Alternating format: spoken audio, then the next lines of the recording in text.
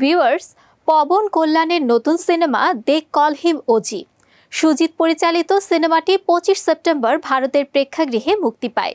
সিনেমাটি বক্স অফিসে আয় রেকর্ড করেছে। সম্প্রতি 8 দিনের দে কল হিম ওজি সিনেমার আয়ের হিসাব প্রকাশ পেয়েছে। জানা গেছে সিনেমাটি ভারতে 167.85 কোটি রুপি আয় করেছে, যা বাংলাদেশি মুদ্রায় 230 কোটি টাকারও বেশি।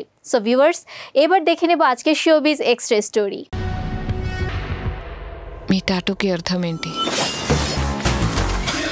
দক্ষিণী সিনেমার অভিনেতা পবন কল্যাণকে পাওয়ার স্টার বলা হয়।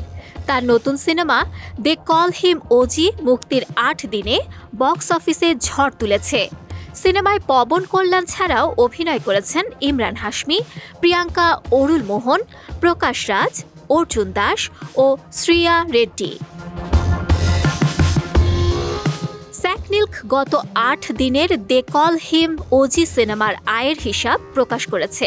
এতে দেখা গেছে সিনেমাটি ভারতে 167.85 কোটি রুপি আয় করেছে, যা বাংলাদেশি মুদ্রায় 230 কোটি টাকারও বেশি।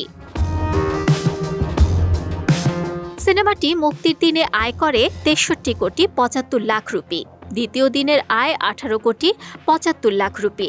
তবে সপ্তাহ শেষের দিকে আয় কিছুটা কমে আসে।